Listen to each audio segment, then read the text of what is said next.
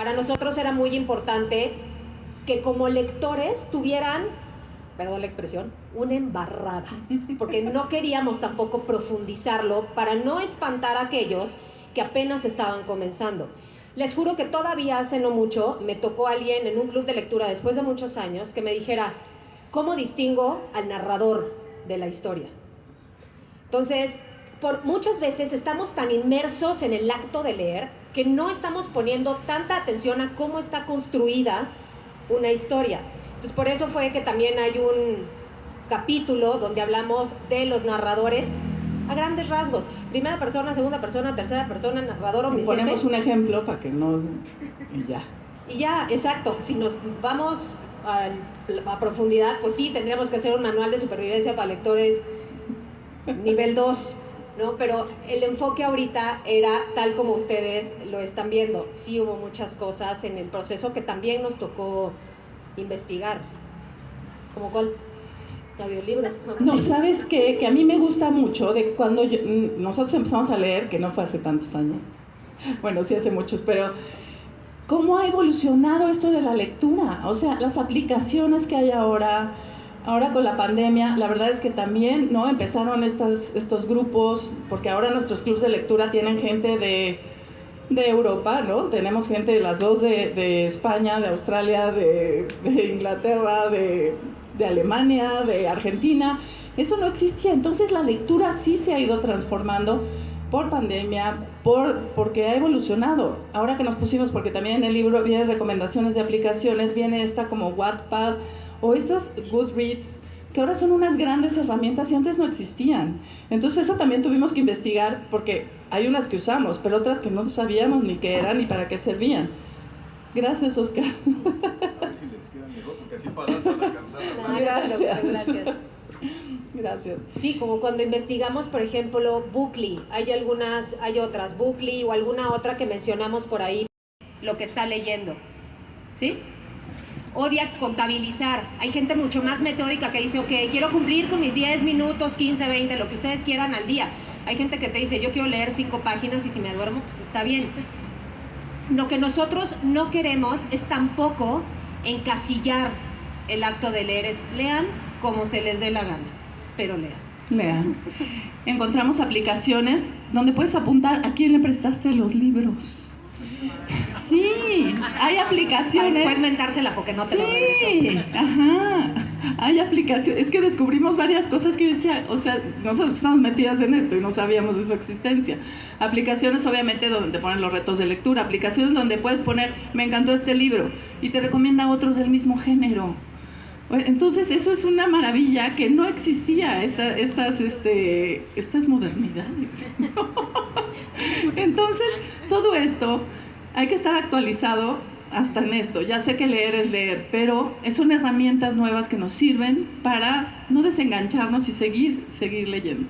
Sí, hay quienes todavía, digo, yo no hago el book journal porque tengo cero creatividad, o sea, letra como de escuincla de kinder, pero yo todavía, todas las anotaciones que hago de los libros, las hago encima de los libros. O sea, me es difícil, por ejemplo, hacer alguna anotación fuera de, o abrir alguna aplicación para hacerlo, porque siento que en ese proceso, o sea, en el dar el brinco entre el libro y que tengo que escribir, ya se me olvidó todo. Pero hay gente súper dedicada que tiene los book journals, por ejemplo, que yo digo, son de concurso. O sea, el recorte, la carátula, el dibujo, la cosa. Yo digo, qué creativo. Las estrellas, qué día lo empecé, que me gustó. Luego yo en Goodreads, por ejemplo, a ojo de buen cubero, ¿cuándo lo empecé? Creo que tal. Y cuando lo acabé, pues ayer. Pues da igual. O sea, la verdad es que es más bien un tema de llevar un control para mí, porque eso es algo que creo que muchos de nosotros antes no hacíamos. Leíamos sin tener un control de lo que estábamos leyendo o de los títulos, hacernos conscientes. Luego, a Maura le pasó. Luego, hay muchas veces comenzamos un libro y decimos, me suena. Cuéntale tu anécdota. Es increíble. Me recomendaron un libro y entonces dije, es buenísimo, ¿no lo has leído? Y yo, no, lo empiezo a leer picada en el libro y dije, está bueno. Llevaba yo creo que 3/4 partes del libro cuando la protagonista entró a un cuarto, describe el cuarto y dije, yo ya he estado en este cuarto. Ya había leído este libro. Pero gracias a la descripción, porque ese cuarto se quedó en mi cabeza, fue cuando dije, ya lo había leído. Entonces ya ahora llevo mi bitácora y ya digo, este libro ya lo leí. Hay libros que releo, pero sí pasa. No, claro que pasa, y si pasan muchos años además entre esa primera lectura y después te lo vuelven a recomendar, pues claro que lo haces. Hoy creo que aprovechando todas estas herramientas somos más minuciosos, o sea, más precisos. Ok, lo leí, es más, yo nada más porque Goodreads me salva con los Reading Challenge, porque si no, luego me toca regresar a decir, ¿en qué año lo leí? ¿Lo leíste? Sí. ¿Cuándo? No sé, y me regreso nada más para ver, porque si no, son tantas las lecturas además que hacemos a lo largo del año, sobre todo, y porque eso nos dedicamos, que llega un momento en que digo, no me acuerdo si lo leí, y no me acuerdo de la historia, y no me acuerdo del protagonista. O sea, si lo leí, pues qué bueno.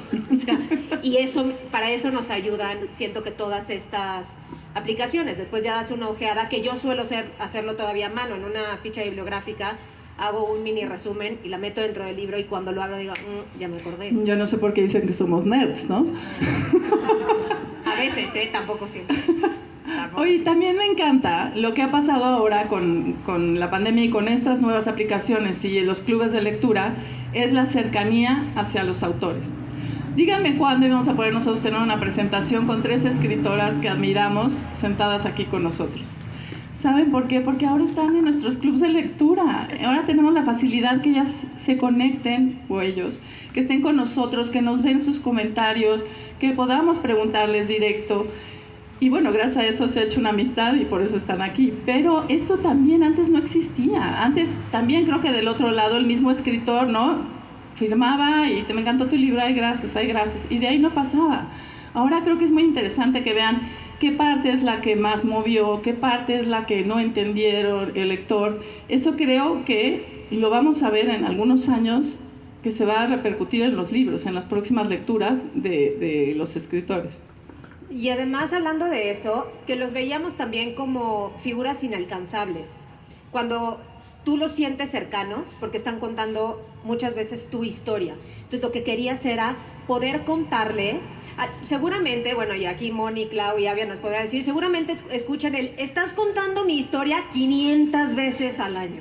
No es que estás hablando por mí, pero creo que para ellos el impacto también es distinto. No es lo mismo esta plática con una mesa de por medio donde nada más vienes, firmas y te vas y te tomas la foto, a en un Zoom poder decirle, es que en esta parte, esta escena fue la que a mí me movió. Ellos siento que muchas veces, yo siempre se los digo, no son conscientes de lo que provocan, no son conscientes de las vidas a las que llegan, ¿no? Por donde te ponen el dedo en la llaga.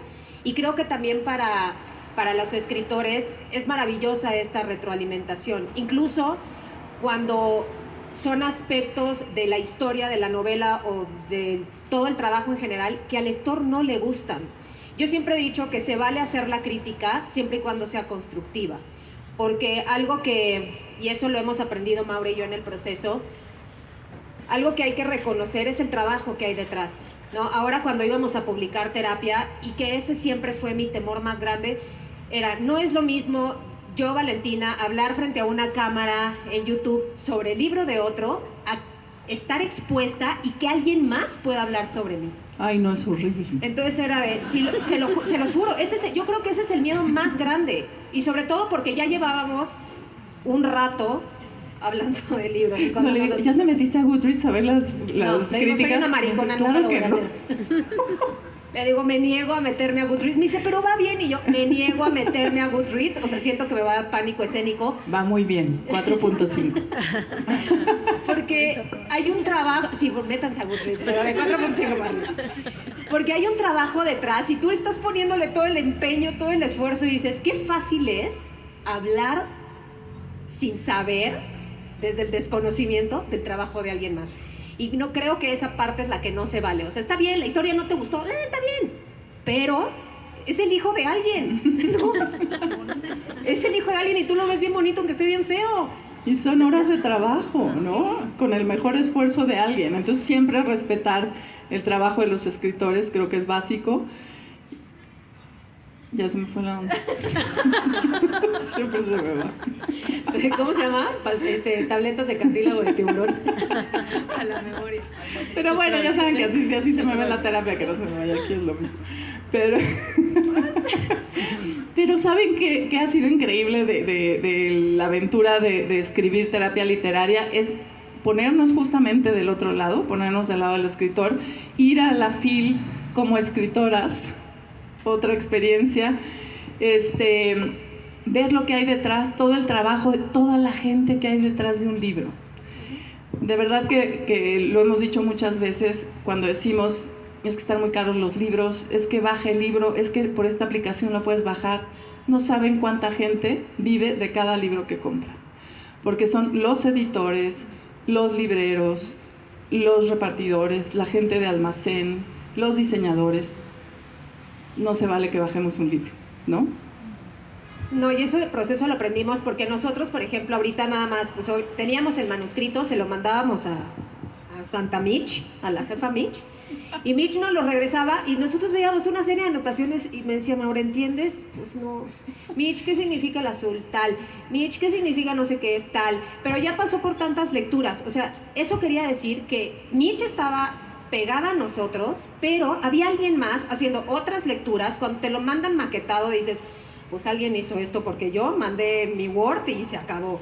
Y cuando empiezas a ver, a conocer el proceso, que eso es algo que nosotros como lectores muchas veces no somos tan sensibles a eso. Vemos el libro en la librería y decimos, pues el escritor lo escribió y llegó directo. No, hay un trabajo inmenso detrás de todas las personas que le dedican un rato a tu trabajo. Entonces, cuando hablan, es muy fácil siempre decir, lo descargo en PDF. Pues te tiembla el ojo, porque dices, no es mi trabajo nada más, es el de todas las personas que están haciendo su chamba.